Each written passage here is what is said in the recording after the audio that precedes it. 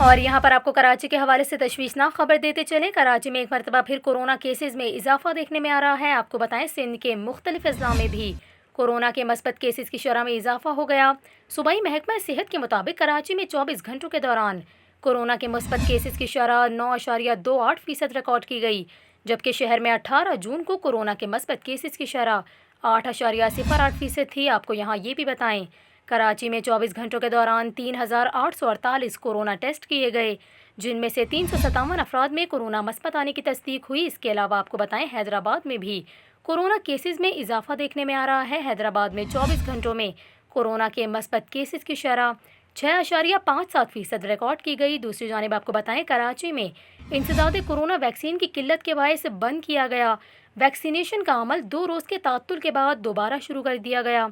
कराची के खालिद दीना हॉल में कोरोना की वैक्सीन लगवाने के लिए शहरियों की बड़ी तादाद मौजूद है, जबकि एक्सपो सेंटर में भी शहरियों की बड़ी तादाद सुबह सवेरे ही वैक्सीन लगवाने पहुंच गई थी।